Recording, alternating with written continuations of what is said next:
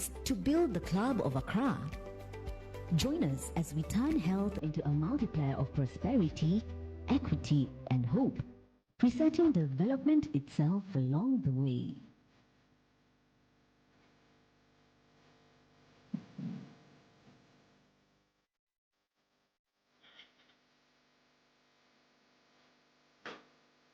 From the Club of Rome to the Club of Accra, 60 years old.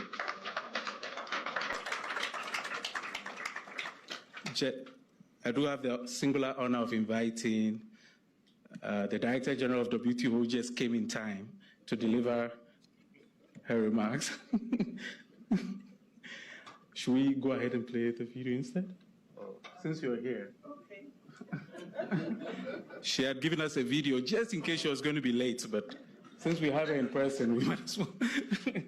Thank you so much. I think my video may be better than me at this stage. Excellencies, but I just came from an event with the Premier of China where he made an announcement about their willingness to reform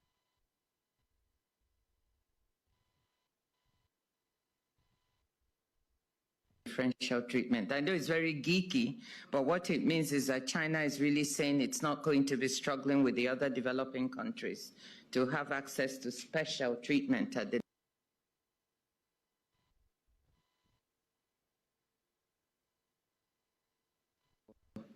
reform, and they just announced that. So I'm a little breathless.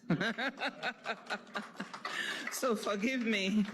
But Excellencies, President Mahama, President Olusegun Obasanjo, I don't know if he's here, co-conveners of the Accra Reset. I see many dignitaries, heads of state, Excellencies. It's an honor to be here in such illustrious company to address new and long-standing challenges to development, including health security for people around the world. And I kind of feel that my brother, Dr. Tedros, should be the one up here talking, but let me start. I want to start by congratulating the co-conveners for this great initiative. It's exciting. We all know that global health financing is under enormous pressure. Development assistance for health this year will be 14 to 29% lower than 2024, according to the OECD, returning it to levels last seen in the mid-2000s. Given ODA's importance in some countries' health systems, one might think that the case for a reset is simply because the money is no longer there. But in reality, it goes well beyond that.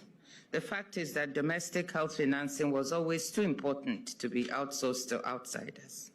Mobilizing domestic resources has always been critical. During my tenure as finance minister in President Obasanjo's administration, we treated aid as below the line in budgeting balance, with health expenditures coming from our own region.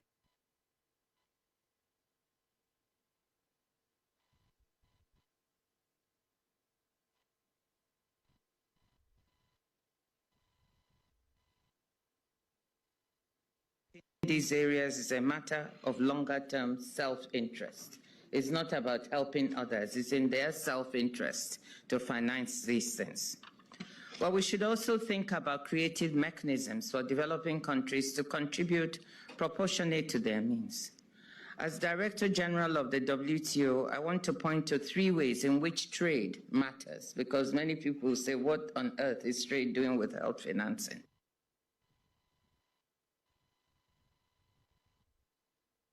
Trade offers a path for countries to raise productivity, boost growth,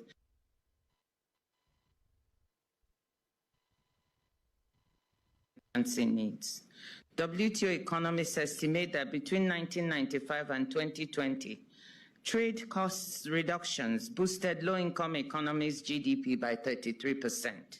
That means a lot more fiscal space to fund resilient and effective health systems. Second, because in a crisis, open and smoothly flowing trade is a vital means for producing medical goods and services and getting them to people in need. During COVID-19, trade in face masks nearly quintupled. Vaccines were manufactured at scale in supply chains, cutting through as many as 19 countries. But then the pandemic also exposed vulnerabilities. We know that Africa was at the end of the queue and didn't receive the vaccines when it should, because pharmaceutical manufacturing capacity in Africa was lacking. And these are some of the things that we must now take care of, which I hope that the Accra Reset will take on as part of his agenda. And we all know that my brother, Dr. Tedros, has already launched quite an initiative of which we are also supporting at the WTO on these issues. This brings me to my third point, which is that building workable manufacturing capacity on the continent will demand cooperation on trade regionally and globally to lower barriers to key inputs, align standards and regulations, and streamline border procedures so that regional value chains can operate efficiently. And resilience. The idea that vaccines, diagnostics, and therapeutics are being made primarily in Africa for Africans might help push back against the dangerous rise of vaccine skepticism that we see increasing online and in social media. Whether we think of it as a reset or a repositioning, the time to act is now. And that's why I'm excited about this initiative. So let me conclude, Excellencies, by saying we wish you the best. We're here to support you. We want you to succeed. And this could not be more timely. Thank you.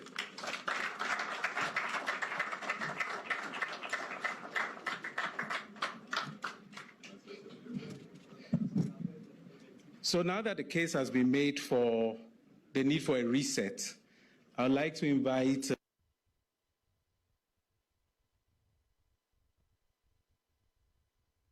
a bit about what this reset would look like. And so I'd like to call El-Haj C, who was originally scheduled to give remarks about Accra, but since our president has done that job very well, I'd like to invite you on the panel. I'd like to invite His Excellency Dr. Tedros as well. Dr. Tedros representing the Global Multilateral, yourself, academia, and then Mia Mottley, who is still on the way. The president of Barbados is not yet here. I would like to invite, I believe we have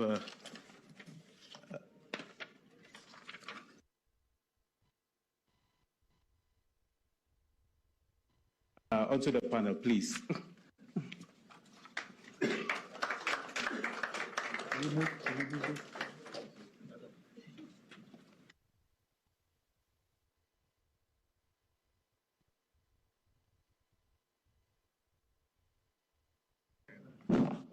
Please, it's free seating. Oh, okay. All right, so we cannot.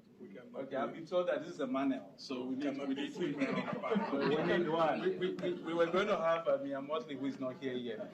So maybe we'll volunteer Dr. Obi or Winnie. Okay, so we'll bring Winnie in, and El-Haj will come back to you later. Okay, but that gives us two multilaterals. But please, so Winnie. So, we're trying hard to avoid speeches in this event, except for the keynote, because we want this to be a co-creation. We want it to be conversational, and we want to take away all inhibitions, right? So, I'm going to start with Winnie, who we managed to get on the spot.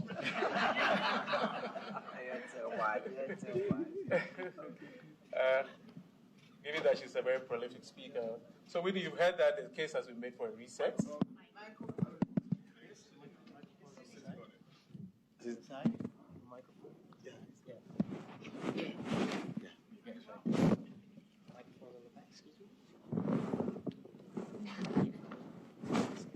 Right over here. There you go. Okay. So the case has been made for why we need a reset. And given where you sit at UNAIDS, you have a helicopter view of what has happened before. And all the things that we cannot carry post-2030.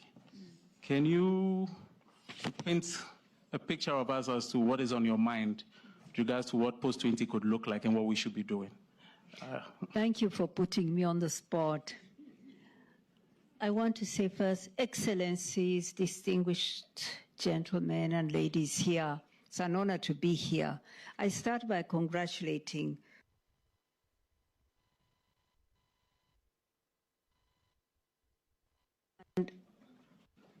I mean, how can it be that we were there during COVID, strangled by debt, paying back debt, and not paying for our people's health? And that today 2 out of 3 countries are paying more, several times more, to debt repayments than to the health of our people. The system isn't working for us.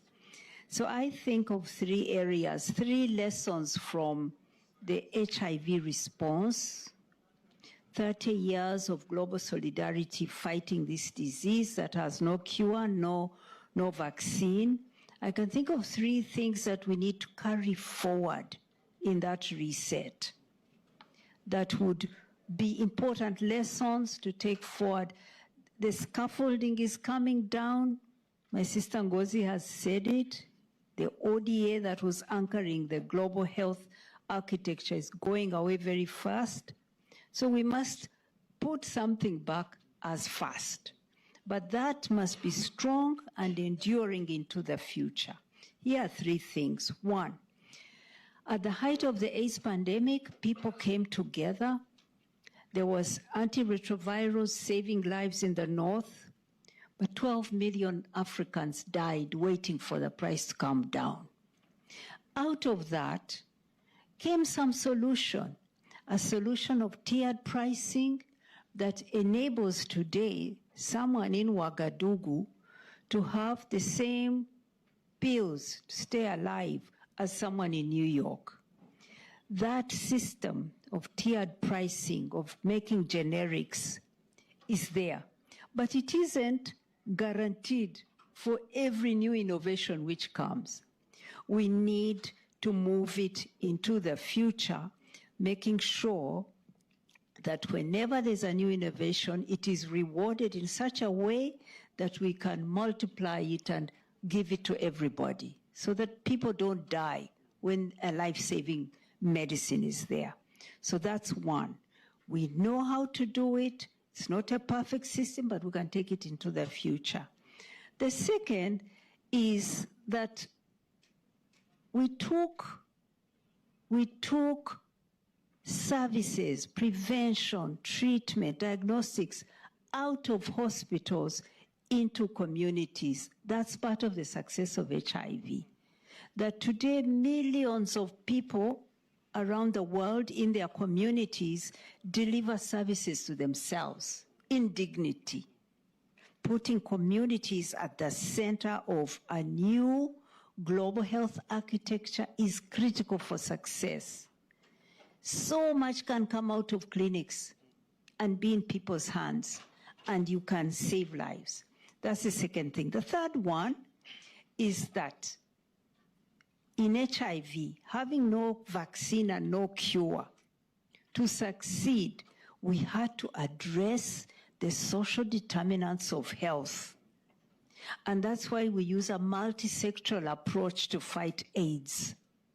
It can't be a pill is not a bullet, but you have to remove the social barriers. And that has underpinned the success. So going into the future again, we must move away from a curative approach to a preventive approach that brings all sectors of government together to give people health. Those are the 3 I think we must take forward. Brilliant. We had originally reserved this seat for a political person because we wanted a multilateral political and government. Forgot that Whitney is also political, so she spoke well to address the 2 issues. Since you mentioned global governance, and it's clear that you cannot have a global system working when a local system is not working, because the global system is an amalgamation of the local governance systems that are working. I always tell people that you can integrate 55 countries in Africa if you can integrate departments, ministries, and agencies within one country. So, Minister, Ghana clearly is one of the pace setters in leading this discussion or thought leadership around a governance of a imagined global architecture. What does reset mean to you in practice in Ghana, especially in the back of this defunding that has happened? Thank you. Thank you very much, Edem. This is how we see reset in Ghana. Reset means domestic resource mobilization. Reset means doing the right investment in the sector. That investment must respond to the needs of the people. Reset means sustainability, and reset does not mean isolation. You know, before I became minister responsible for health, I was a member of parliament, and I'm still a member of parliament anyway, from a rural constituency. And so I appreciate that when that small child in the village gets vaccinated at the right time, when that pregnant woman in the village gets the insecticide-treated net. And you see, in Ghana, we have the highest political will when it comes to research because it's being led by the president himself. And as he has already indicated, one of the major reforms he made in the country was to uncap the national health insurance. And what is very interesting about uncapping the national health insurance is that that revenue, that money, that 300 million he made mention of, was used where it's needed most. And so today in Ghana, we are rolling out free primary health care. We know that cost is a barrier to primary health care. In order to achieve the universal health coverage, in order to do the right screenings on time, in order to detect the diseases at their early stages, we are talking about NCDs, we have to remove the financial barrier with respect to primary health care. Another very interesting thing that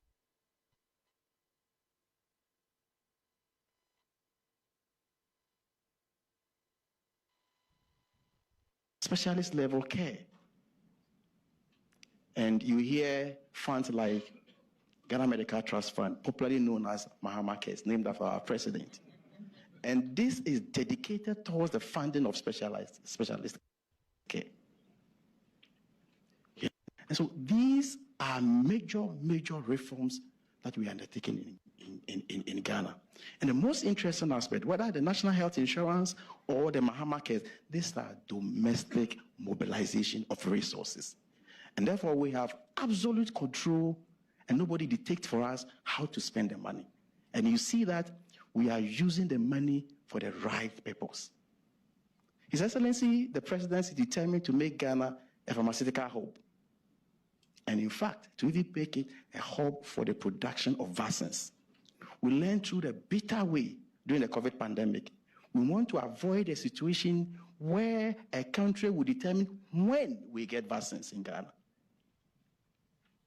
And so this is what the research means. But you see, in all this, it makes sense to the Kenyan in Kisumu, the Togolese in Lome, the Ghanaian in Wa, when that person has quality health care, finito, irrespective of the person's location, irrespective of the person's status in society, irrespective of how much the person earns. And we must do the right investment for the right dividend. And I think that along the process, we may need partnership, but that partnership must make sense. That partnership must not come with prescriptions. I thank you for the opportunity. Thank you. Thank you so much. So in the spirit of partnership, Dr. Tedros, it's clear that the world's youngest population now cannot depend on loans and grants to sustain the kind of innovation aspirations they have. So we have to forge partnerships. At WHO that you lead, and health has been the most dependent on global aid. How do you, what's your vision and what do you see from the helicopter view where you sit that we should be doing to forge the kind of partnerships necessary to make this reset work? Because it certainly cannot be business as usual. Yeah, thank you.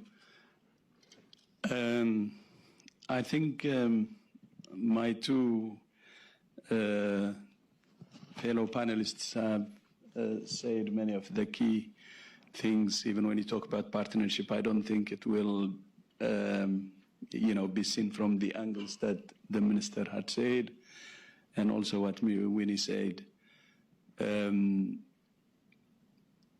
I think the current times we're in, difficult times, probably painful as well, because as you know, in WHO, many were interested to know how we're doing. The difficult process we're passing through, and big part very, very painful. Because when I say painful, we're sending off our colleagues who have been working very hard under serious stress during COVID, and now they don't deserve this. So that pains me.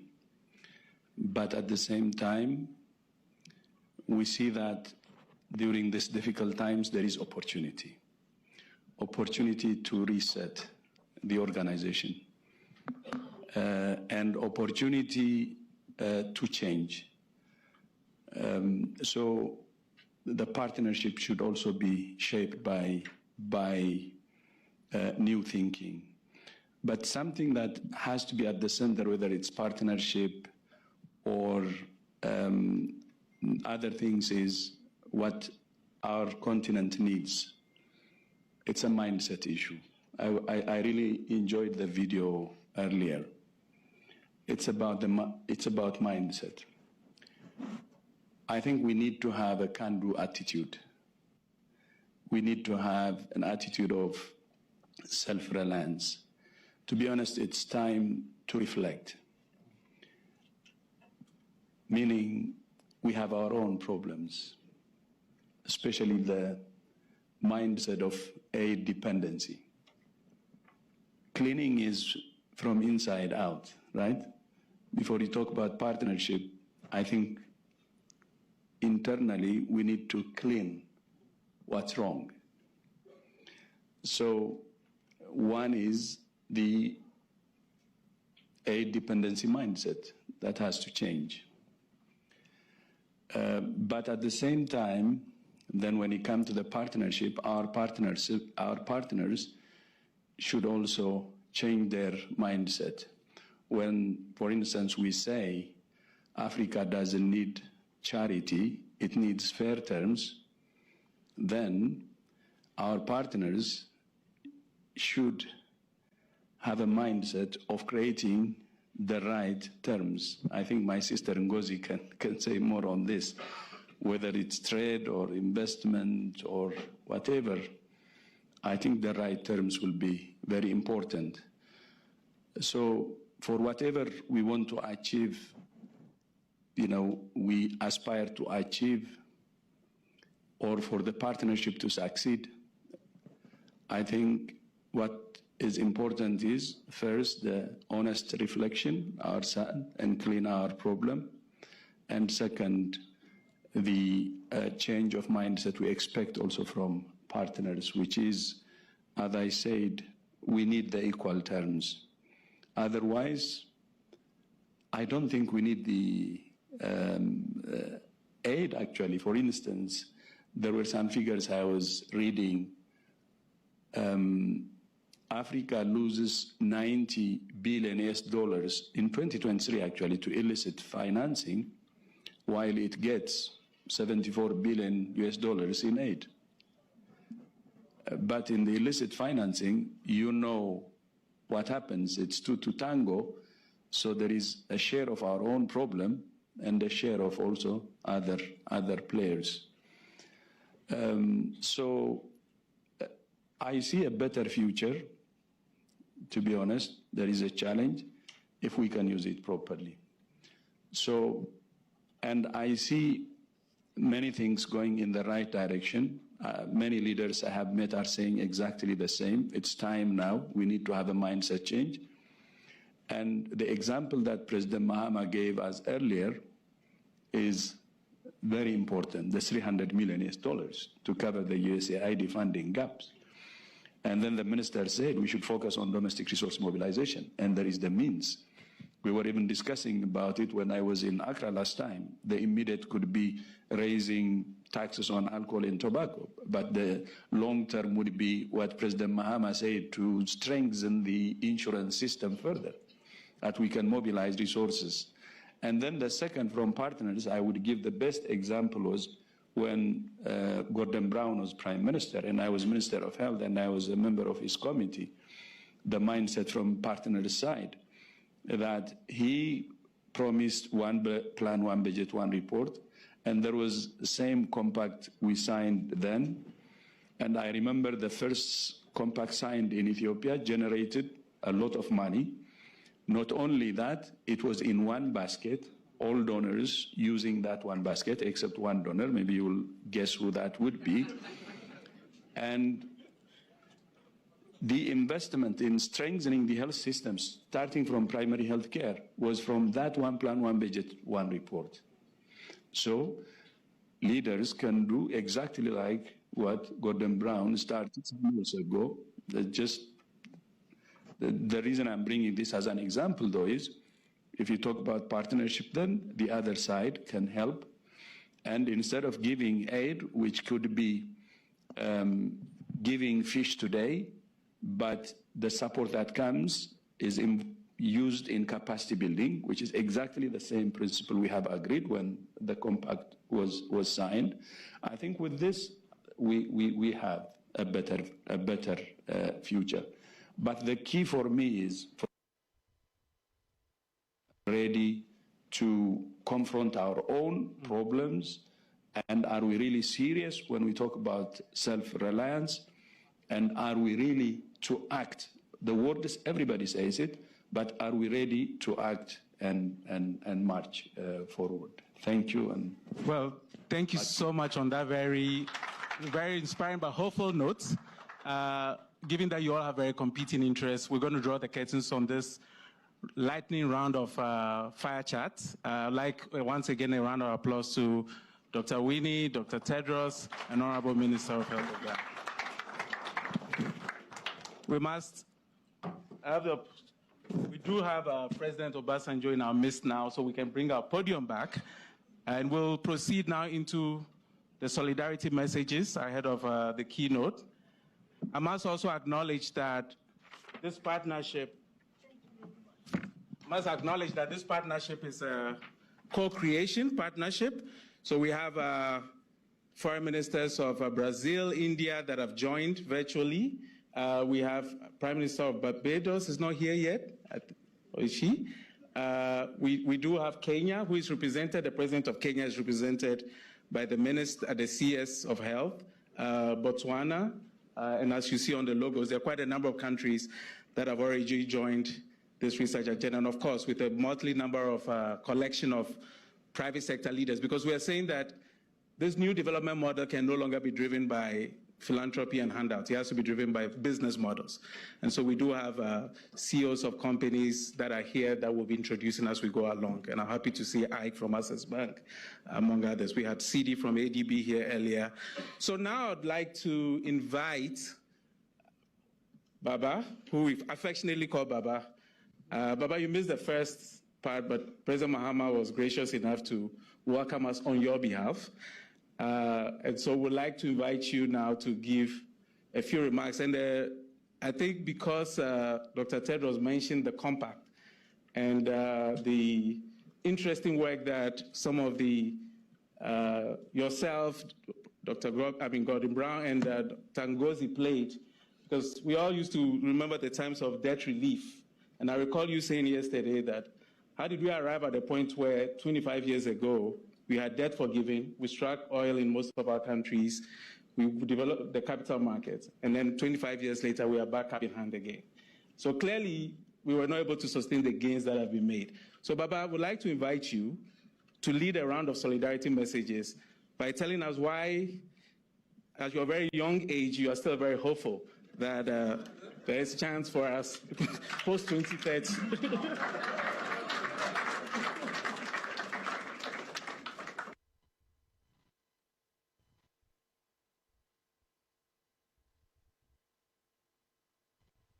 I understand you have done part of my job before I came in. Thank you very much. You are a good brother. You've always been like that. Your Excellencies and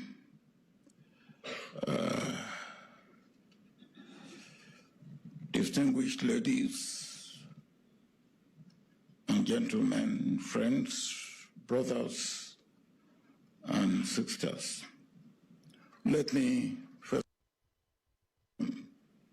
Ngozi, I miss your points, but of course, since I sat by your side and you whispered into my ears what you said, let me begin by thanking President Mahama for his decision in convening this research, and to salute the African Union, the Rockefeller Foundation, Afro Champions, Georgetown University, and all partners who have made this gathering possible. I have sat in many rooms in New York in the past, and here we are again sitting in another room. My hope today is that we live not with slogans, but with solidarity. Solidarity that will work for all of us. When I first held office in the 1970s, the world was turbulent. Debt crises, regional wars, global rivalries, but with some predictability, and there was some degree of structure. The Cold War, for all its dangers, was governed by certain rules. The multilateral system that succeeded the Cold War, though imperfect, provided avenue for dialogue and compromise. Even when painful, there were patterns leaders could navigate. Impunity was or never reared its ugly head.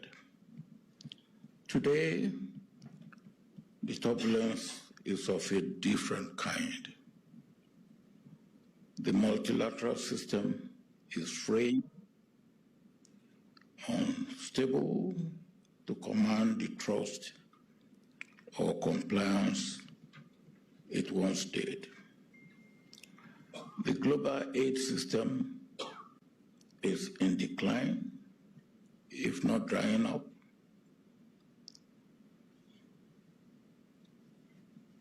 Stretched, thin, and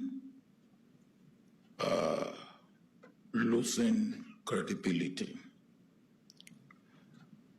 Geopolitical tensions are rising, with fears of a new Cold War dividing the world into camps that undermine cooperation and solidarity. And these collide with threats that respect no border. Climate change, pandemics, food insecurity, and financial contagion. This is not turbulence we can simply predict or manage with the tools of the past. Crises now intersect, cascade, and accelerate one after another. And it is precisely in this era that solidarity must be redefined, refined, not as charity, but as our sincere insurance policy and common security. I've witnessed solidarity change lives. First, debt issue. At the turn of this century, Africa and several developing countries in Asia and Latin America were drowning in debt. Some countries were spending more on servicing interest payments and debt service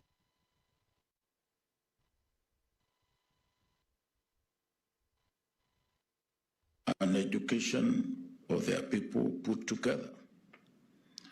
Along with others, I pressed the case for continent. I pressed the case no continent can grow chained to impossible debts. At that time, the world hesitated, but through the Jubilee 2000 campaign, through the G8, through alliances of governments, civil society, and faith leaders, momentum built. Out of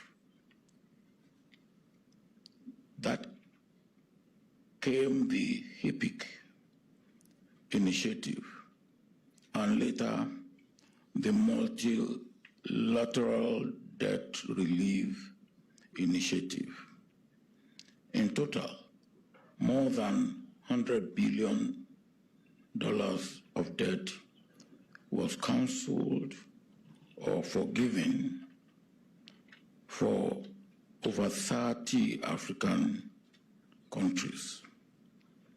That was not an act of charity. It was an act of solidarity and justice. That was solidarity institutionalized, and it worked. Nigeria was a beneficiary under my watch, and I will want to thank Prime Minister Brown.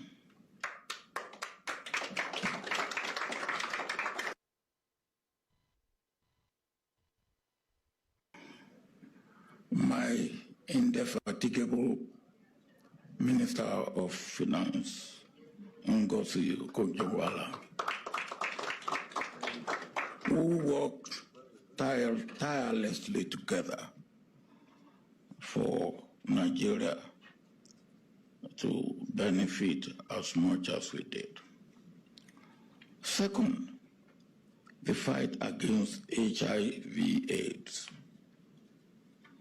In the late 1990s and early 2000, HIV/AIDS was a devastating threat.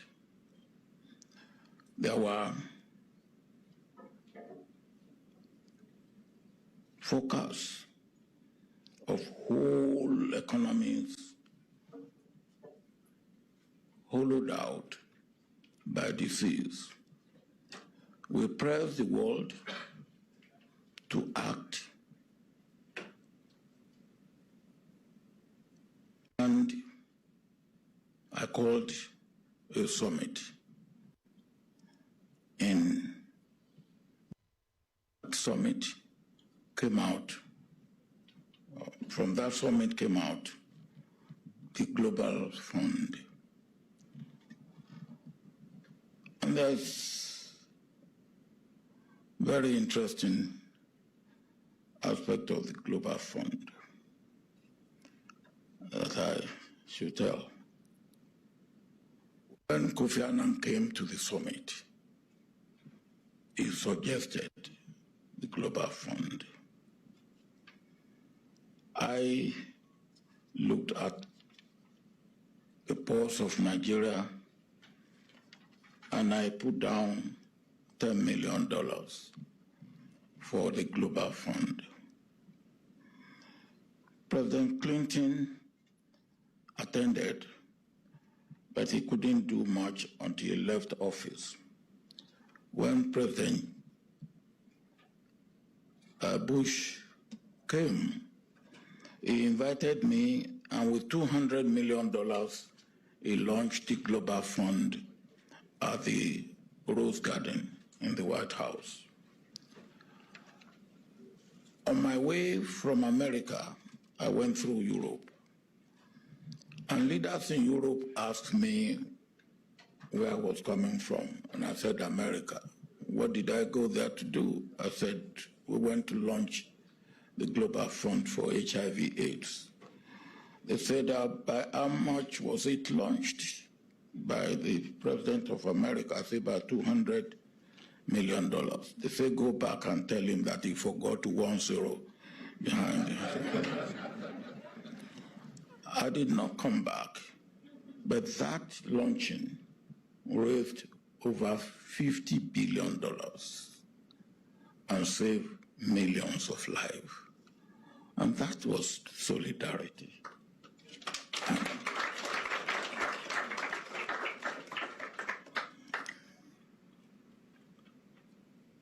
These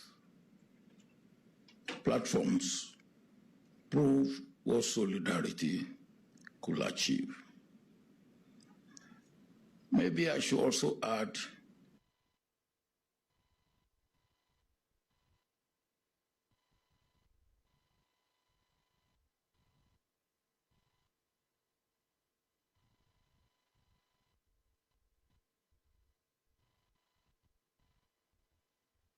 in Equatorial Guinea. And we've never had anything like this. I visited the 3 countries, and President Nkrumah told me that, look, we love to respect our dead. So when people died, we woke up in the morning in Freetown, 50 people died overnight. We take care of the dead body and all that, and we didn't know. But at the AU, 100 people were already set aside to try and go to these 3 countries to help.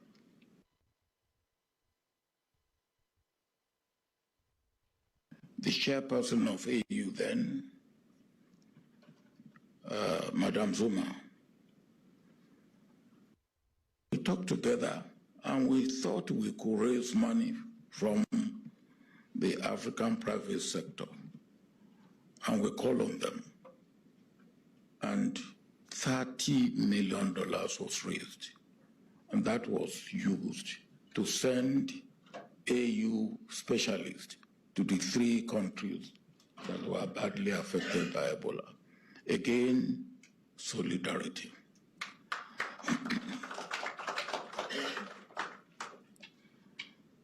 The lesson is clear. Solidarity is strongest when it is embedded in institutions and mechanisms that endure beyond moods and political cycles. This is why the Accra research matters, because it calls for a new operating logic. As we heard from the panel, we have to think out of the box. And in fact, act out of the box, not just thinking out of the box. There are, and these for me are in 4 areas, 4 important areas of health, education, food and nutrition security, and climate change. These 4 areas are interconnected, interrelated, and we cannot treat them.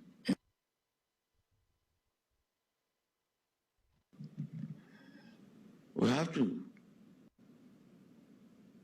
look for fund and investment that are safe and secure to replace aid. We must move away from aid dependency. I have raised the issue when these ideas came with public sector people, private sector people, multilateral institutions, and the civil society. Thank Prime Minister Gordon Brown again, because he was one of those I first went to. And you accepted and you agreed to work along with us. I must, of course, especially thank President John Mahama. When I came, I remember you said you have a trailer. And I said, I'm not adding another trailer to you. I'm just putting a luggage in your existing trailer. And here we are. I thank both of you for agreeing to be fellow traveler in this new enterprise, if I can call it an enterprise. If we succeed in redefining this process, then this gathering will not be just another side event in New York during the UN General Assembly. It will be remembered as the moment Africa initiated the Global Solidarity Action, and the world chose solidarity as the only workable path forward for survival and progress. Thank you for listening. Another round of applause.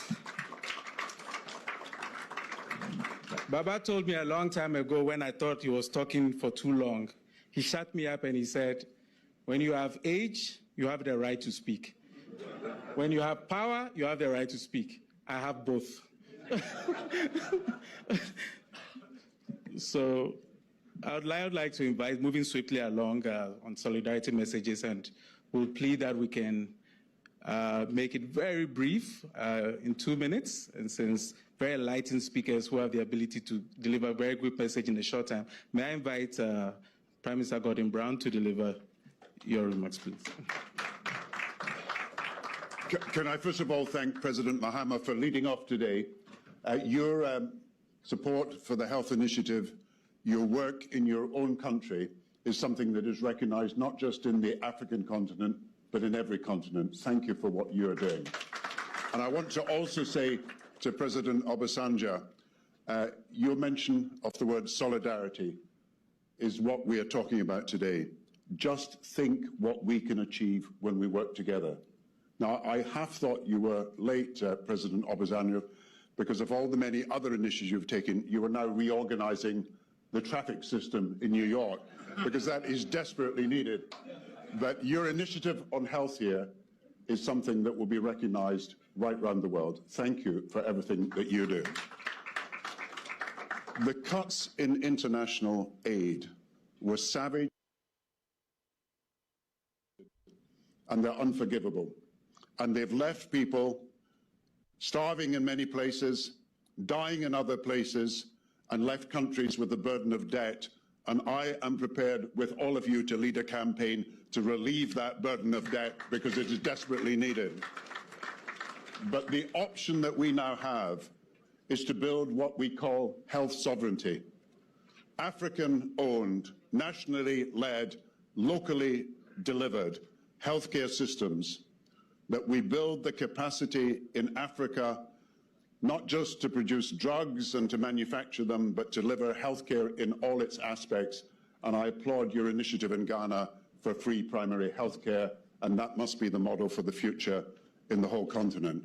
So I want to congratulate all those who have been involved in this, all those who have been part of the original Accra Compact, Mark Dybel, who has done so much here from Rockefeller, all those who are here today. You know, there are many important meetings taking place in New York today, but this is indeed one of the most important, because what you are setting forth is a plan for the future that can transform healthcare in Africa.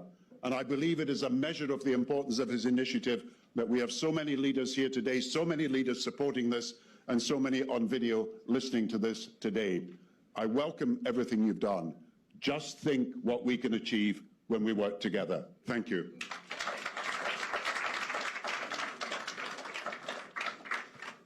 So I have the privilege of putting another leader on the spot who has just come in time to deliver her solidarity remarks. She was originally scheduled to join us on a panel. She is also, together with President Mahama, the lead advocate for reparations on the continent. I will spare her a few minutes as she gets her act together, and I'll invite the CS of Kenya to come deliver the remarks on behalf of President Ruto. It's the CS, Cabinet Secretary of Health, delivering remarks on behalf of President Ruto. Thank you. Your Excellency, President Mahama, thank you for your visionary leadership in convening us for this bold and timely initiative. Kenya joins you in embracing the Global Presidential Council to drive forward the Accra Reset. This platform can reimagine how nations collaborate on global health, not as recipients, but as co-authors of a new era in health sovereignty and resilience.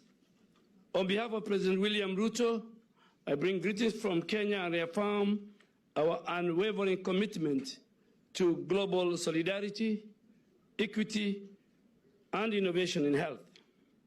Excellencies, distinguished leaders, the current global health architecture is not fit for purpose. COVID-19 exposed and magnified inequities. Africa waited, Africa watched, Africa was left behind. This must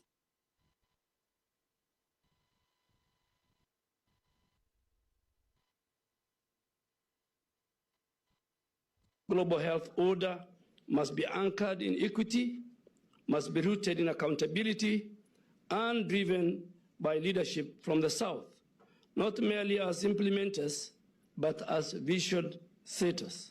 The time has come to finance our own ambition. The old paradigm of dependency is no longer sustainable. Kenya believes in bold, future-facing models of health financing, from domestic resource mobilization to innovative pooled funds, from catalytic private sector engagements to regional health investment banks. We cannot build resilient health systems on borrowed goodwill. Health must be seen as an investment in productivity, in justice, and in security. When people fall sick, they cannot afford care.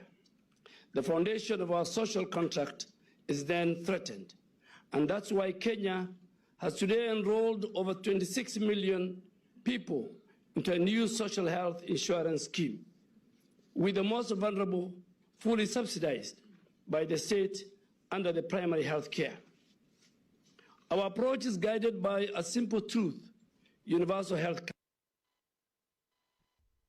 From the remotest community to our referral hospitals, we are building a system that is inclusive, efficient, and digitally powered. Yet health does not exist in a vacuum.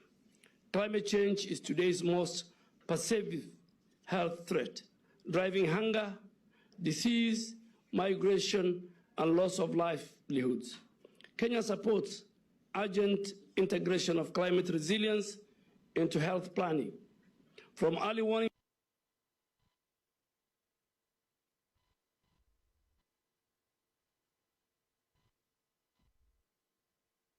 prevention and preparedness. Pandemic knows no borders, neither should solutions. Kenya calls for a robust regional surveillance, fair access to vaccines and therapeutics, and full support for pandemic treaty and its annex on equity. This is not a charity. It is an enlightenment self-interest. In the workforce, community health promoters, nurses, doctors, and technologists, Kenya has deployed over 100,000 digitally enabled community health promoters, because the future of health is anchored at the community. Excellencies, this is our moment to lead. The Global Presidential Council must be a platform for accountability and ambition, where commitments are monitored, financed, and translated into action. Kenya welcomes this shift from a fragmented, reactive model to one that is strategic, South-led, and anchored in shared sovereignty. It does not bend on its own. It bends through the courage of those who dare to imagine a different future and the tenacity to build it. On behalf of the President of Kenya, I reaffirm our full support to this Council.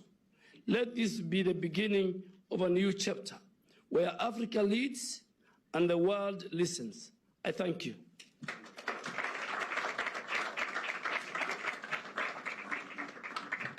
We have messages from Brazil, Indonesia, but since we have Caribbean in person, would invite Her Excellency Mia Mottley to leave a very, very brief remarks. Thank you. Thank you very much, Your Excellency, President of Ghana, Baba, my senior, who has caused me to be here, and he summoned and I appear. Prime Minister Brown, distinguished guests all, let me say that the pathway towards bringing the Caribbean closer to Africa had its modern roots in the last few years on this very issue of healthcare. We are so small that when we make orders, people say, we'll get back to you. And invariably getting back to you means no delivery. We went through a rude awakening during COVID.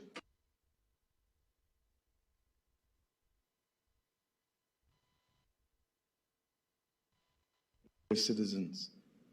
And it was only when Dr. Tedros introduced us to Strive, who was at the time leading the effort for the establishment of the African Medical Supplies Platform, that we were able to get a clear pathway separate from the generosity of the Prime Minister of India. We have, since I came to office in the last 7 years, been able to rely on at least 2 cohorts of nurses from Ghana to keep our health system in Barbados stable.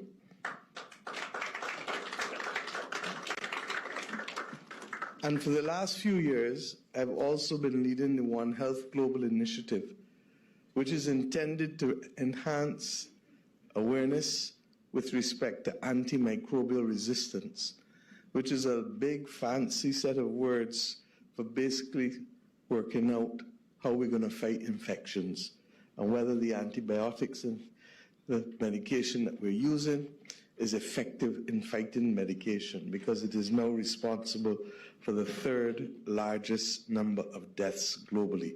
And last year at the UN, we agreed to the political declaration, which at the very least should see a reduction in deaths by at least 10% by the year 2030. There is no issue that has the capacity to bind our people and our governments more than cooperation in healthcare. And I give you those three examples to show you that this is where the rubber hits the road. But I want to leave you with one other. And I'm sorry that Ngozi has left, because we've been engaging on this. We need, and we've done the initial paper, for an opt-in South-South alliance with respect to pharmaceuticals, with respect to therapeutics, with respect to machinery. It makes sense because you in Africa have a demographic dividend and you have to find the jobs for the people. We have a demand in the market for the things that we need. Our people have access to technology. Their aspirations and expectations for excellent health care rise accordingly because they know what is out there.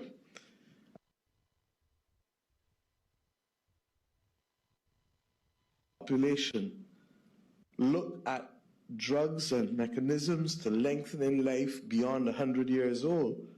Our people are fighting up with basic public health issues and basic issues related to chronic illness.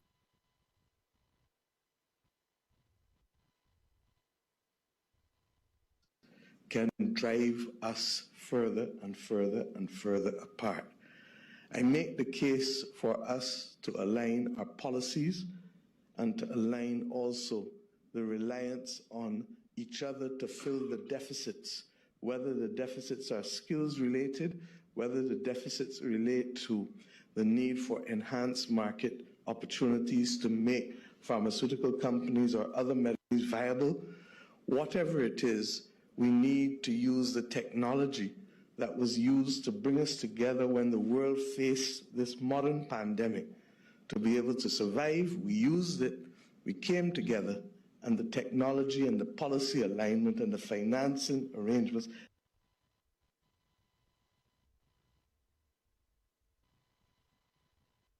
where it now has its one office outside of Africa in Barbados, all because of cooperation in healthcare.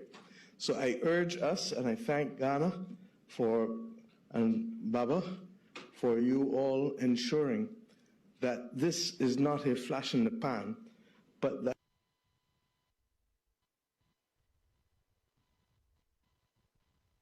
that will require not just us to improve healthcare, but to improve opportunities to fight against poverty. Because if our citizens are not healthy, they're not in a position to fight poverty. And therefore, I commend you. And on behalf of Barbados and whatever influence I have in CARICOM, I say to you, we will walk in lockstep with you, because this is what we were elected to do, to make a difference to our people. Thank you. Mr. President, I believe you have a hard stop at some point. But given that there's such an outpour of solidarity,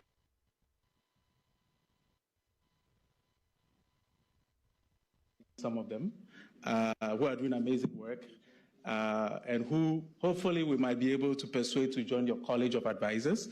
So I see Dr. Senait Fiseha, who is hiding behind you. She's the head of global programs for Buffett Foundation, doing an extremely amazing work in sexual and reproductive health inequities. I do recall seeing Peter Sands. Is he still here? Peter, do you want to stand? We'll send a mic to you and say a few words. Well, let's start with Senait. Thank you, Excellency.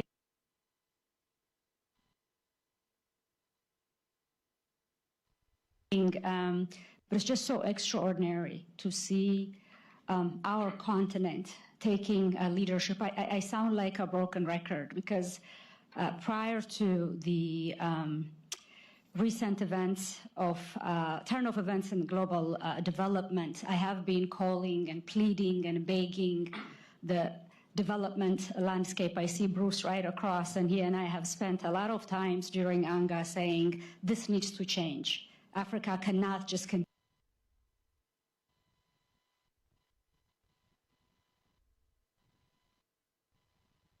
deal with this, but I think out of this is going to be born a time where we not only say the mantra going around continental leadership, Africa first, but actually our leaders' action will actually meet their words, and there will be accountability, and there's no shortage of talent in the continent, but it's opportunity that we lack. So hearing from Mia, the work we've done through HEDPAC, bringing Africa and the Caribbean together, I really do see an incredible bright future and possibility, and stand in solidarity to absolutely support this initiative. Thank you. 1 minute, and then is Gavi still here? Nishta? Okay. Thank you, and my thanks to His Excellency for convening us. The Global Fund has been privileged to be a partner to Africa in the fight to improve health for the last 23 years. For most countries in the continent, we are the largest multilateral provider of external funding for health, and we're extraordinarily proud of the work we've done together to reduce mortality, to save lives, to strengthen health systems. As His Excellency President Obasanjo said, the Global Fund is a very powerful demonstration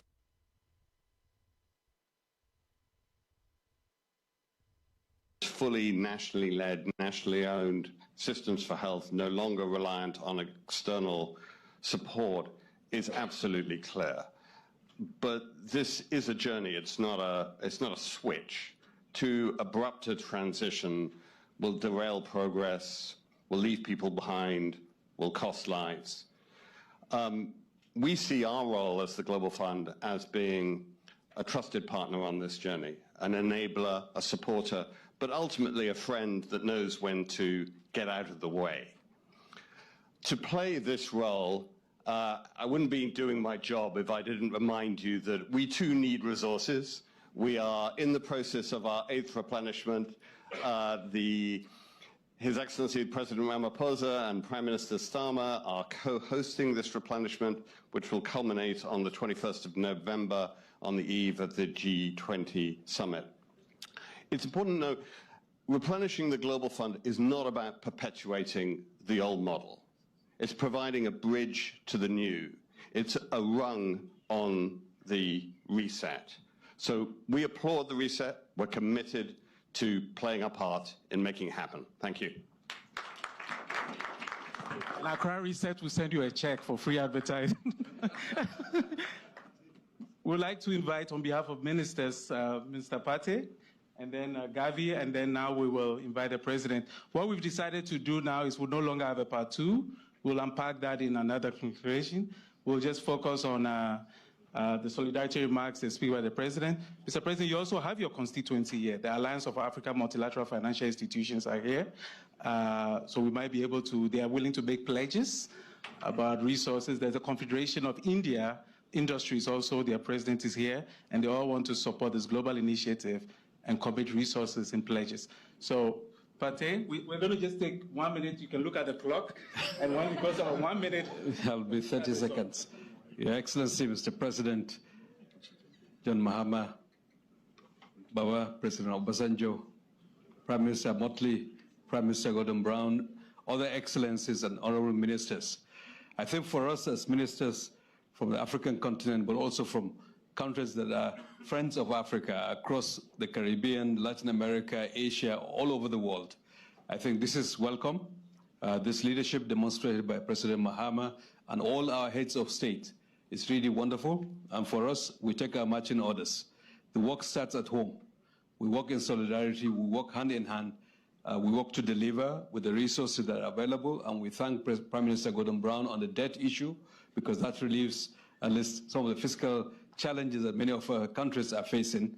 For us ministers, and all our executives will just take it forward. The private sector is also here. Let's join in. I think this leadership is amazing. It's transformational, and we thank you, our leaders, and we'll just move on and get it done. Thank you. Nados, can you stand so everybody can see you? We have Nados also in the house. We're not going to give her the mic, otherwise she would. So Nados is.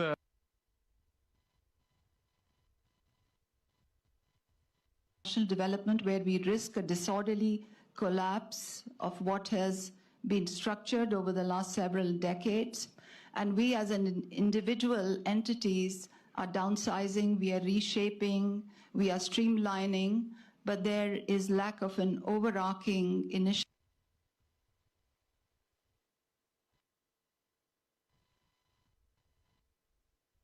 to set objectives, be clear about the scope, define a process, outline the leadership, and define what success would look like. Because this is an unprecedented opportunity, not only to do away with duplication, fragmentation, mission creeps, and overlaps, unnecessary overlaps at the global level. It is also an opportunity to truly create a global health system, not global health institutions, but truly a global health system and an ecosystem which will support national priorities, which will stand behind national plans, and that will truly deliver for disadvantaged populations on the ground.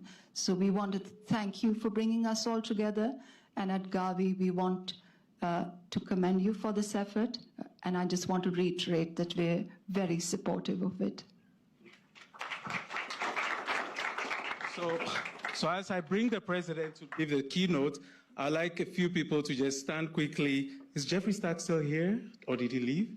Okay, he's gone, okay. Ike gone? Ike is still here. So Ike, would you be gracious enough to stand? Where's Confederation of India? Is Babajide still here from AMFI?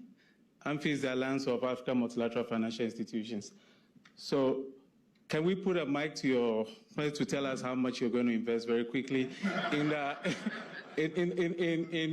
opportunities that are being created by Accra Reset? Because we can't depend on loans and aid anymore. So what are you willing to invest?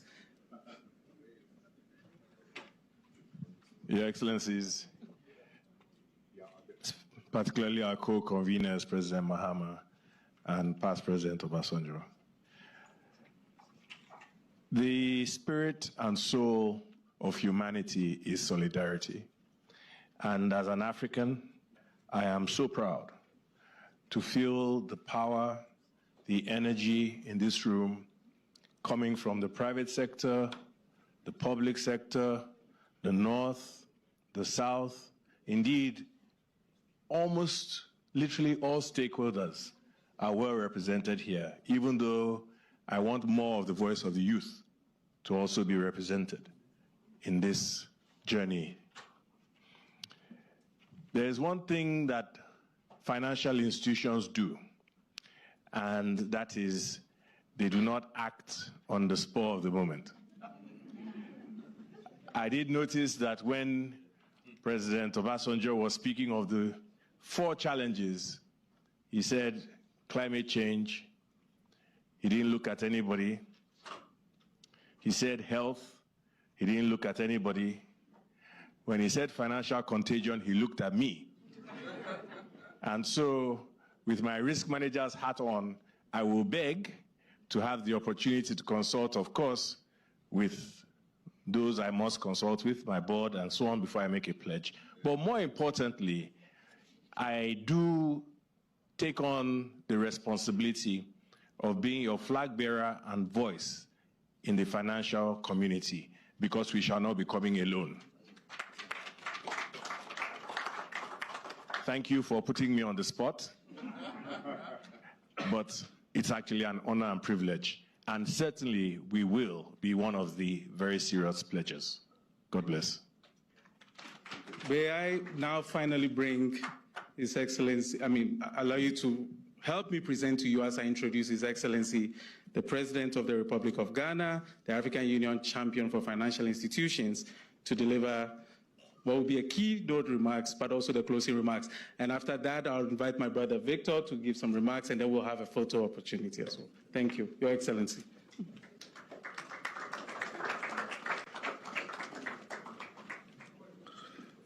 Thank you very much. Adam has done such a good job introducing everybody, and so I'm not going to acknowledge it. I'll just go straight.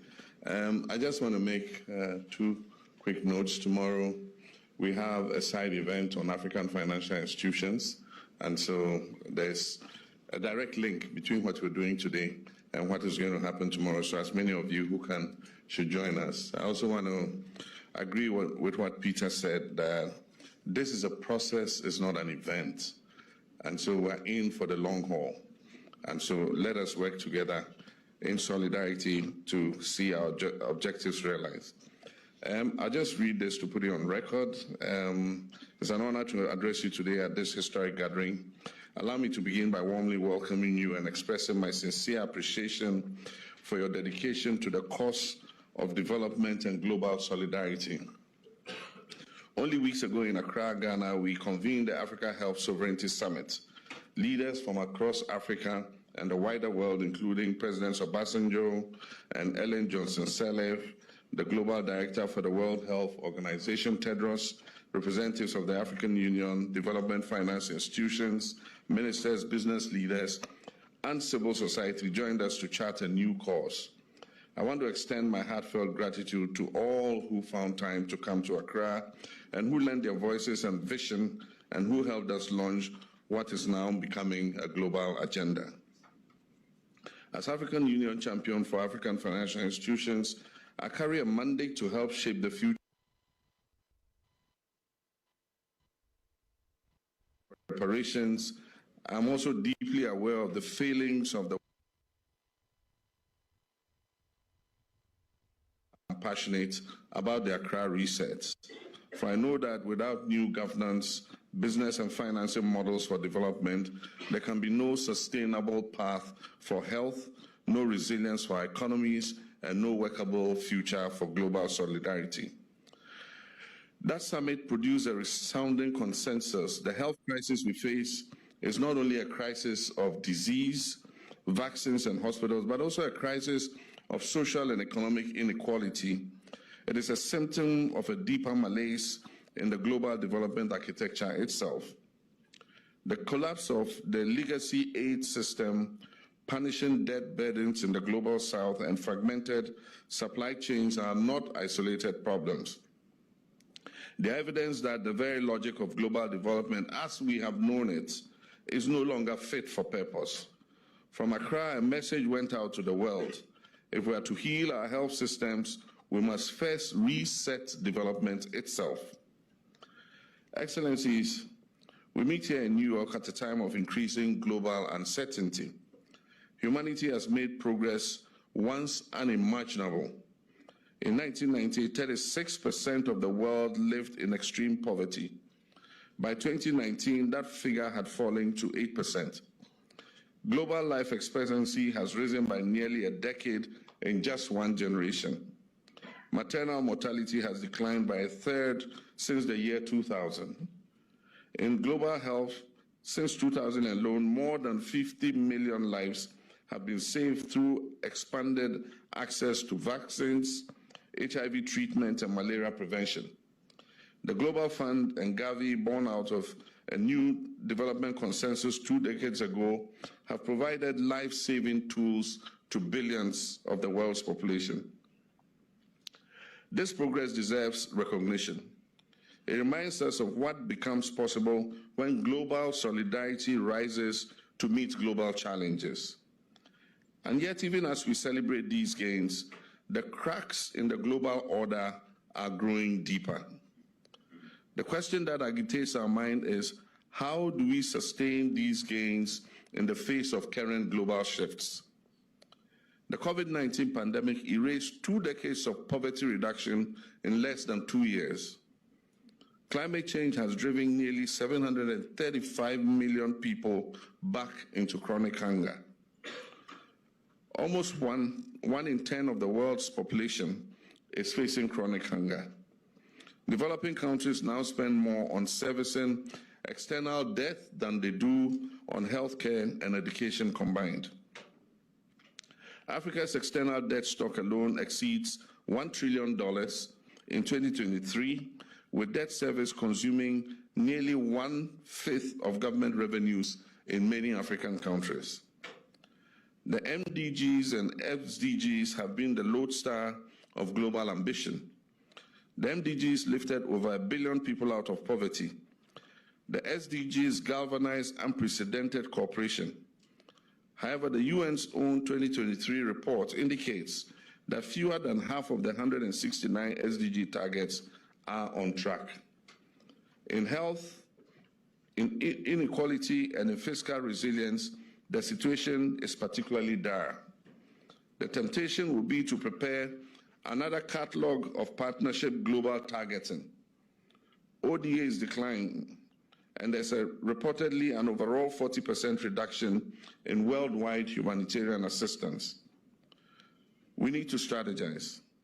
The world needs a reset, a re-engineering of the very logic of development itself. And this is the vision of the Accra Reset, to rebuild global development around sovereignty, workability, and shared value, to make it possible to co-invest, co-design, and co-create for shared priorities.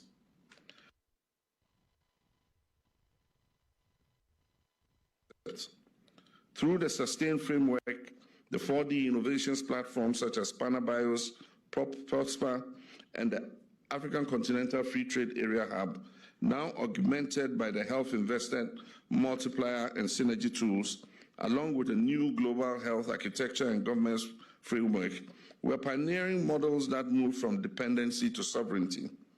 Already more than $1 billion in reset-compatible pledges from African development finance institutions and private banks have been aligned with a new approach through the pooled pledged and deal rooms arrangements. And while we launch this reset today, let us acknowledge that others have already been at work.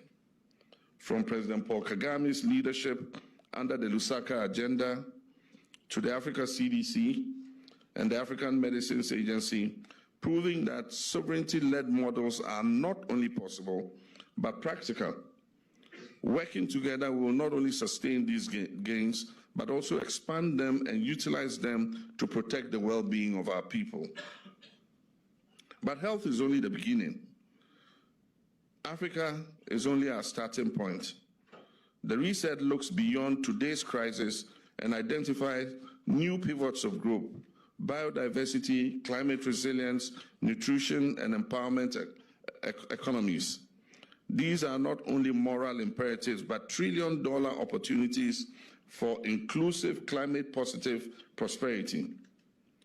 The IMF estimates that emerging markets and developing economies will require $2.5 trillion annually in climate finance by 2030. Without new governance, business finance models, these needs will remain unmet. And so we must move from vision to operating models. The reset is anchored on 3 fundamental shifts. The first is a mindset shift. This is needed, recognizing that we live in an era of unpredictability. The post-war multilateral era is being ripped apart. It appears we must prepare for a period of global turbulence.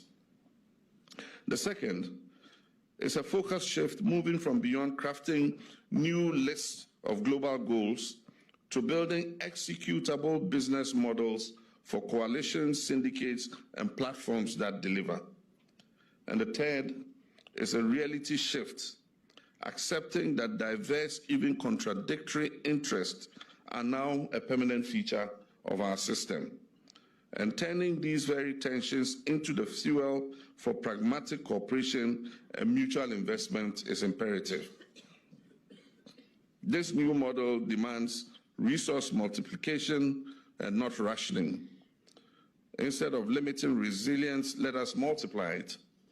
Instead of setting new spending targets, let us measure the additional value that health, climate resilience, and food security can contribute to the global economy.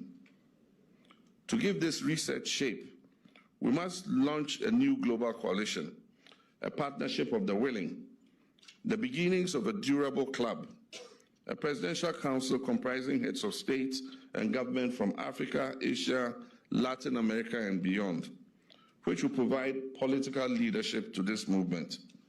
A high-level panel drawing from health, finance, innovation, and business will provide intellectual depth and evidence to this exercise. Together, this coalition will apply the operating logic of the reset to help the world rethink global development itself. It will work collaboratively with the United Nations, with regional institutions, and with the private sector to drive global thought leadership, while also serving as a platform to test and refine the new models we're looking at. Health will be our first ground of experimentation, but the lessons learned will be shared across all sectors, from climate resilience to nutrition to empowerment of our economies. In doing so, we'll drive sector strategy labs and pioneer the spirit of workability. We're discussing geostrategic deal rooms to facilitate risk sharing, investment in health, climate, food security, and job creation. But our mission goes further. It will help shape the post-SDG agenda. The world is only 5 years away from 2030.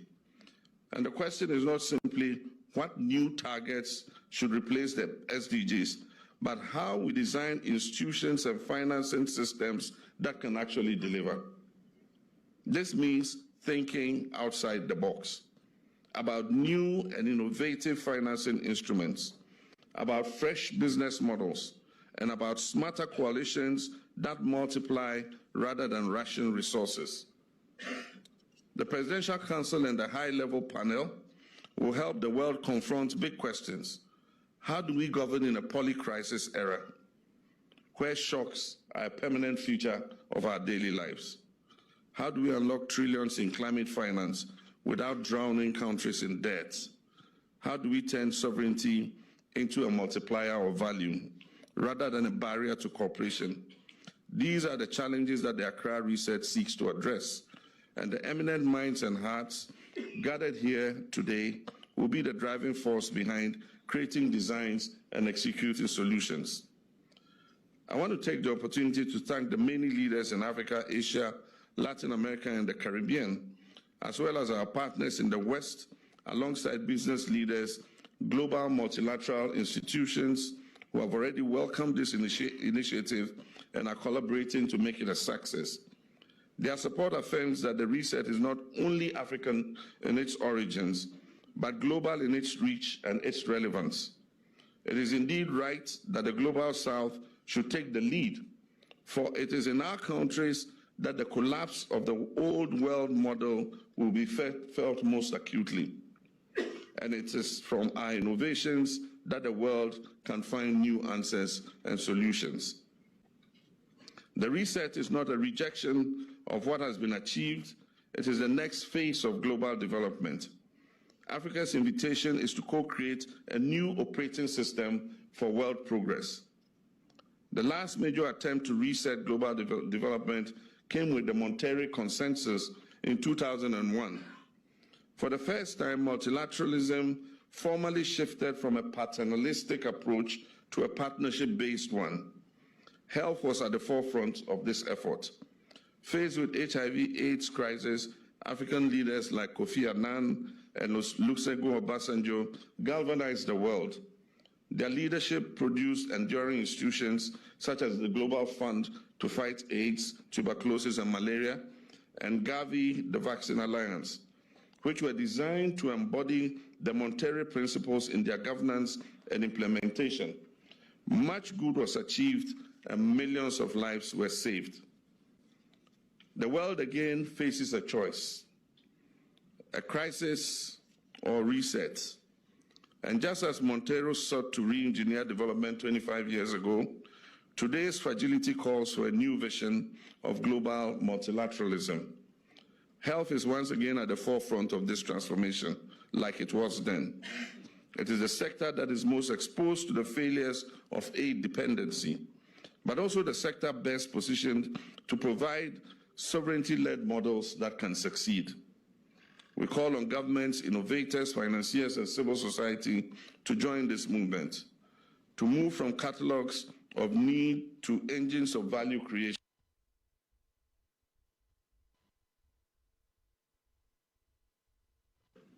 In conclusion, history will ask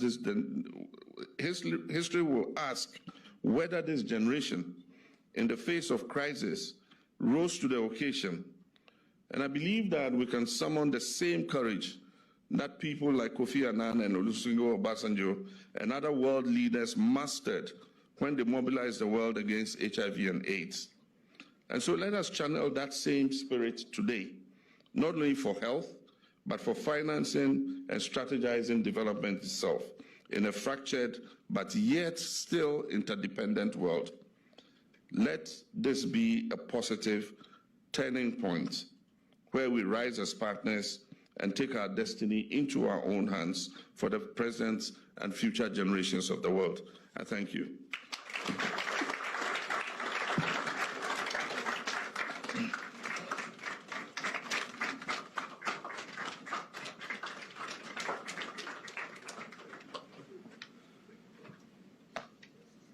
One more round of applause.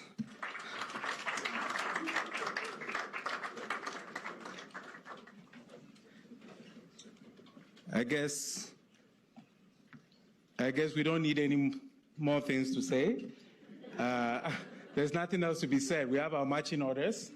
And so I'd like to invite my brother Victor to sort of give us the next steps.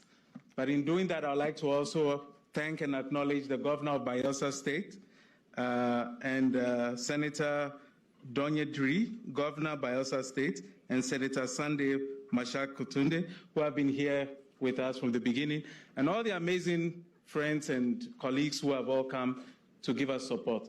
Thank you very much. We also have a report of the Accra Compact that is available, so if you don't have a copy, please grab a copy. Thank you very much, Ebere. Thank you very much, Adam. Your Excellency, President Mahama, Excellencies, ladies and gentlemen, my task is very simple. As Adam said, a lot has been said already, so I will not belabor the point. Just wanted to say that it's an honor to close this gathering with deep appreciation for your reflections, your thoughts, and your commitments. Only weeks ago in Accra, leaders from across Africa and the world joined to affirm sovereignty as the foundation of health and development. Today in New York, we have carried that message forward. Our task is now very clear. The Accra Reset challenges us to do three things. Number one, to sustain the gains by rooting reforms in national systems and accountable budgets.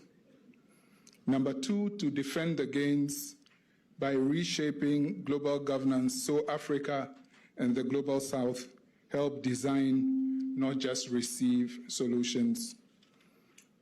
And number three, to grow the gains through innovation and evidence-based solutions that multiply impact. Your Excellency, today you've also spoken about and launched the Presidential Council and the high-level panel, new platforms to transform vision into delivery, ensuring leadership, accountability, and shared responsibility. Excellencies, the reset is not just another declaration. A workable system for global solidarity. Its credibility will be measured not by promises, but by proof in financing, in governance, and in the lives of our people. Let us leave this room determined to build a future that is sovereign, workable, and accountable. I want us to reflect on a few things that His Excellency the President said, and some quotes from Accra as we bring this to a close. Your Excellency, you talked about the three bits of the revolution, the mindset shift, the focus shift, and the reality shift. I also wanted to remind us of three quotes that came out of Accra And I'll quote El Haj C, who in Accra said that too many promises have been made, too many promises have been broken. Let us not break any more promises. I want to quote my brother, Ahmed, you know I would come to you, Ogwell. He said, what went on in Accra must not stay in Accra. And I want to say, what has gone on in New York must not stay in New York. And finally, I think Dr. Tedros also said something very profound in Accra. He said, the difference between crisis and opportunity is leadership. Your Excellency, you've shown remarkable leadership. And we hope that this will not be the end.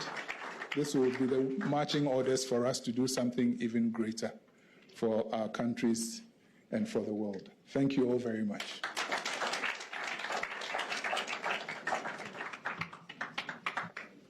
So now to the photo opportunity. So we'd like to, as they clear the place for us to take the photos. The photos are going to be first the president and the conveners and former presidents. Then we'll have the president with ministers, and then with partners, and then with all of us. Okay, so it's going to be very quick. Mr. President, there was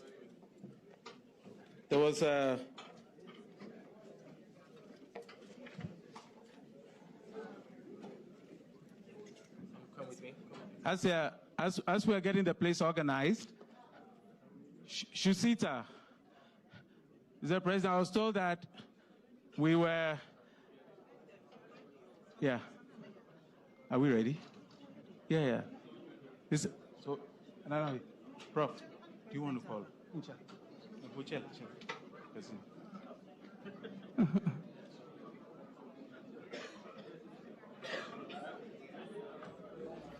So, Baba,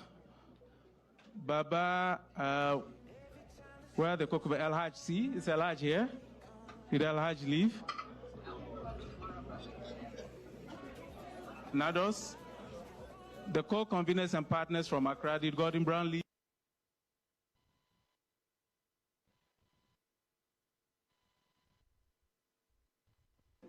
Yeah. Mark? Okay. Peter Sands, yes. Global Fund was a partner in Accra as well. Okay. And Mr. Gavi? Magda? Yes, John. Yes. No.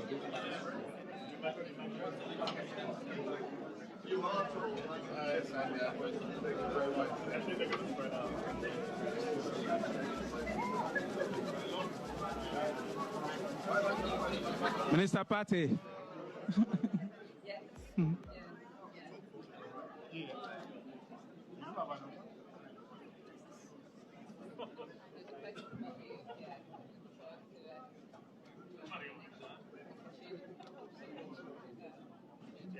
Okay. Yeah, of course.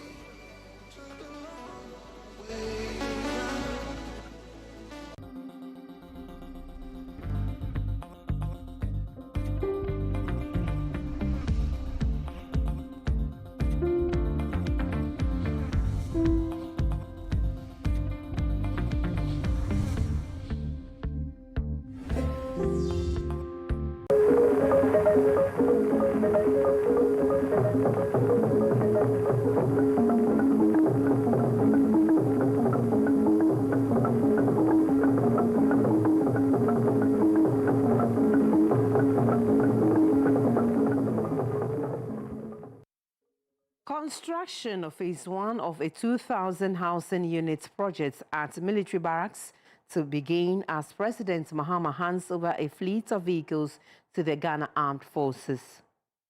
Bong Irrigation Scheme rehabilitation projects almost 75% complete, facility to boost rice production and food security.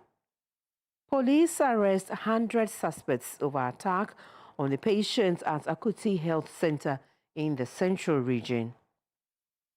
AMA and sister assemblies announced joint decongestion exercise from February 1, 2026. Reviving Ghana's railways could ease urban transport crisis.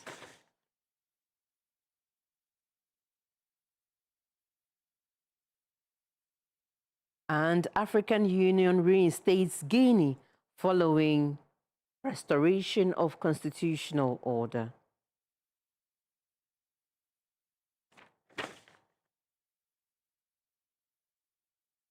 Good evening and welcome to the studios of the Ghana Broadcasting Corporation for our final news package for the day. We are live on GTV and GBC News. My name is Clara Mlanu. Accra is gearing up for a fresh start. Greater Accra Regional Minister Madam Linda Oklu has teamed up with MMDCEs to launch a major decongestion drive from February 1, 2026. The capital will see a determined push to restore order and boost sanitation. The team says it's time for a cleaner, more organized Accra. It was at a news conference in Accra, the Greater Accra Regional Minister, Madam Linda Oklu, shared the plan to reclaim the city's streets. After months of dialogue with traders and transport operators, the wait is over. February 1, 2026 marks the start of a major decongestion drive. The goal is to give pedestrians and motorists their space back, cut congestion, and make Accra cleaner. Not only for AME, Korle Klottey is part, and other districts is also part. This time around, Christmas is over, and I believe whatever they bought has been sold. They are not going to use any human face. We'll make sure that they strictly adhere to the red lines, that's all. Behind the scenes, preparations are underway. AMA Chief Executive, Mr. Michael Kpakpo Alote, spells it out. The city is getting ready to breathe a little easier.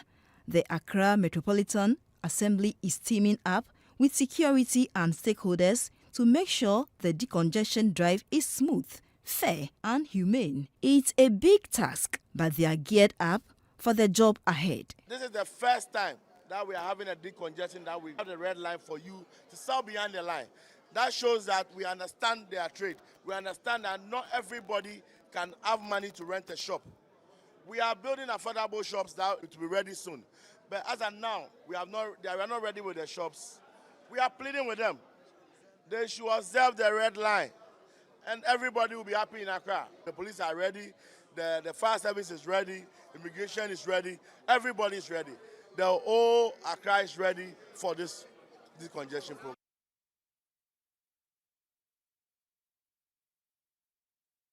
The Kpong Irrigation Scheme Rehabilitation Project is sprouting hope.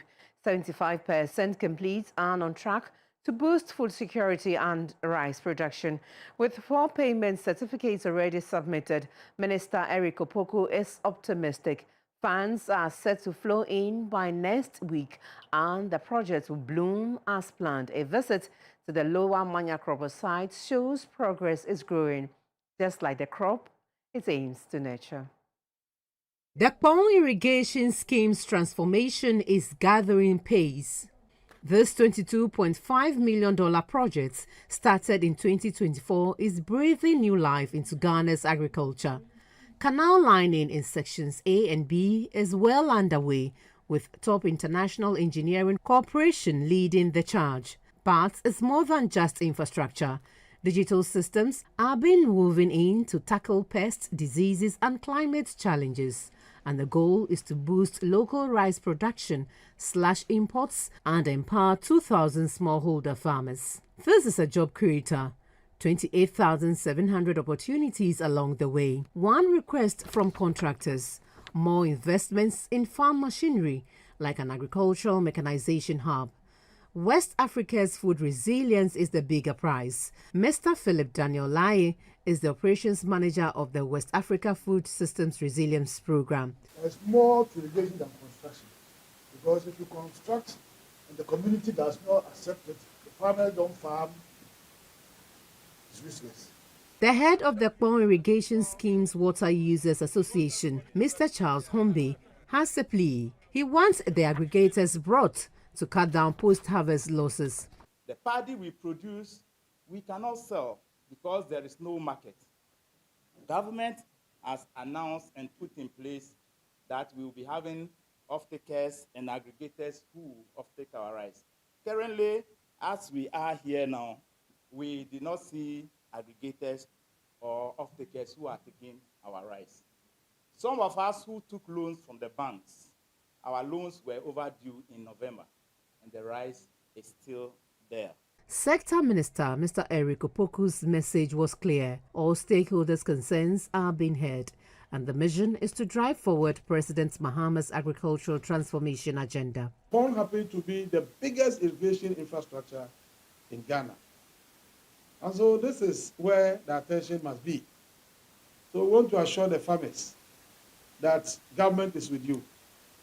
We want to provide that opportunity to make sure that you stay in production from January to December. We are talking about bumper harvest everywhere just because the weather was good. Assuming the unexpected happens in 2026, how are we going to get sufficient food to feed our people? And that is why we are saying that with the irrigation infrastructure, we can produce all year round. So let's see how we can ensure that all our irrigation systems are working perfectly so that even in difficult times, they can be there to cushion the people of Ghana.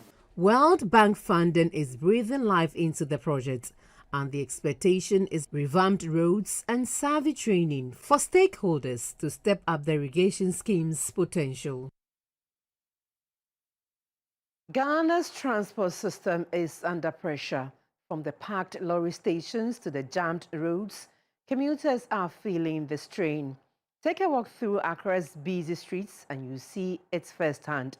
Long queues, unpredictable fares, and weary travelers. But what's behind this chaos? The answer lies in Ghana's dormant railway system, which has left roads shouldering the burden from Accra to Kaswa, Kumasi to Swame, and Tema to Ashaiman. Ghana's roads are collapsing under the weight of it all. Trotros, taxis, buses and private vehicles are the only game in town since rail transport went dark. The results? Endless queues, soaring fares and travel times that feel like a never-ending ordeal.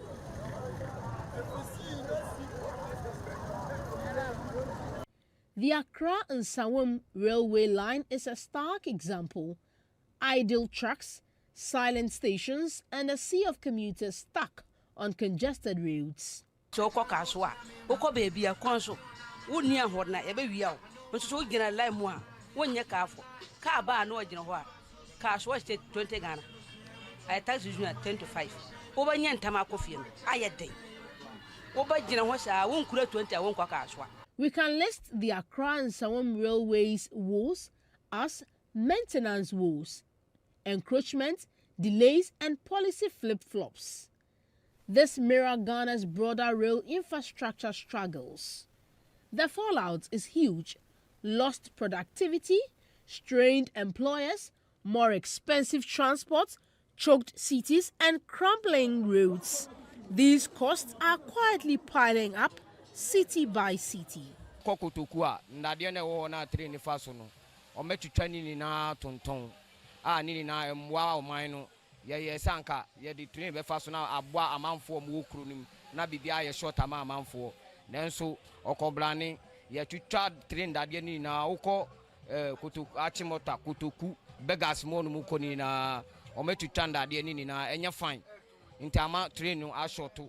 Government officials are throwing buses at Ghana's congestion problem, hoping to ease the squeeze on commuters. But critics aren't buying it.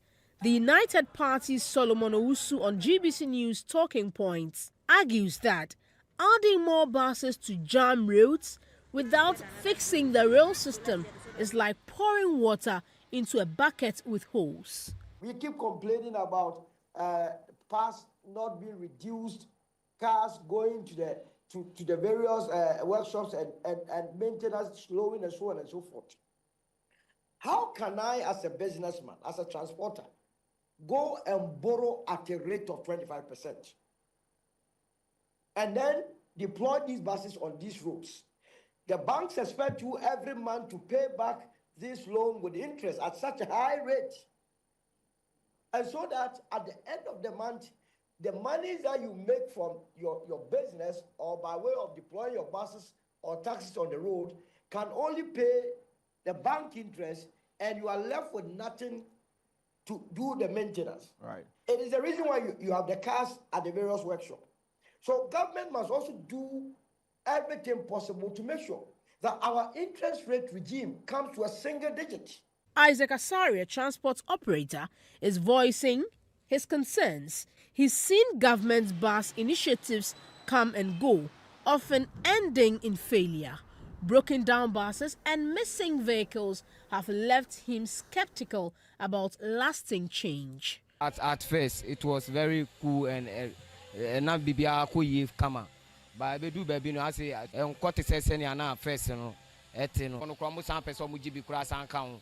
Oni omo yetimi ni omo yere so sa na omo ne aye nti esra ban ne say so boy na oyesi ni maya yeso ebe ma yeko ma ye den aye han. Solomon Owusu explained that when buses may offer temporary relief, they cannot replace the efficiency and high capacity advantage of rail transport.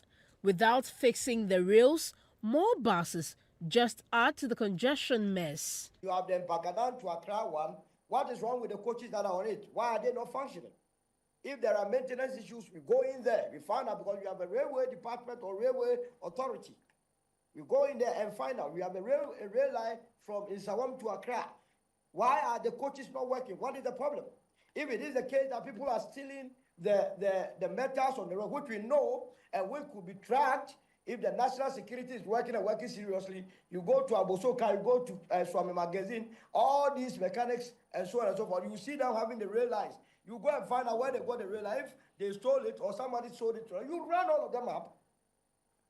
These are not matters that are far-fetched. Commuters remember when trains ease road congestion, faster, predictable and fewer vehicles needed during rush hour. Train fare na ne price na wo from pa se uko flow car e wo soro kra no amanfo gina kwan omunya ka kra.